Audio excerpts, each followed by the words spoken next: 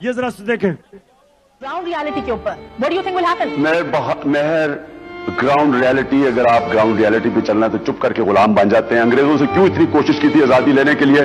वो बेहतर, उसी कम से कम गवर्नेंस सिस्टम इससे बेहतर था, हालात तो बेहतर थे, ट्रेनें चलती थी, यूनिवर्सिटीज बेहतर थी, तालीमी निजाम बेहतर था, लॉ एंड ऑर्डर बेहतर था, करप्शन नहीं थी। तो ये आजादी लेने की हमें जरूरत क्या थी? फिर जमीनी काय करके हाथ खड़े करके कहें जी आपके हम गुलाम है, जो करना कर लें। आप फैसला कर ले, फिर क्या कहना है? या तो आप फैसला करें कि आप एक आजाद मुल्क की तरह रहना चाहते हैं, खुददार मुल्क, एक बाइज्जत मुल्क, या ये बेशर्मी की तरह जिल्लत उठानी पड़ती है, वहां से हर दूसरे दिन गोरा आके झाड़ा देके चला जाता है और डूम और करके जाता है कि और अपने लोगों को मारो। ये कोई जिंदगी है? मैं आपको ये बता दूं कि अगर आप इस जिंदगी से मुतमईन है तो आप हो। मैं ये जमीनी इकाई कबूल नहीं करता।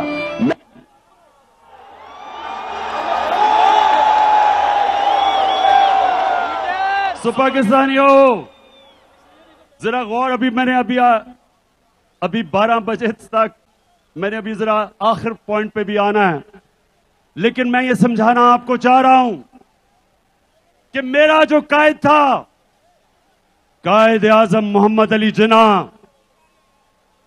अपनी तारीख की किताबें पढ़ें। एक गुलाम हिंदुस्तान में एक आजाद लीडर था, उसके सारे मुखालिफ इज्जत करते थे, खुददार था, कभी किसी के सामने नहीं झुकता था। हम उसको लीडर मानते हैं। और हम पाकिस्तानियों, आप ये सुना है, हमने कितनी भारी कीमत अदा की अमेरिका की गुलामी करके।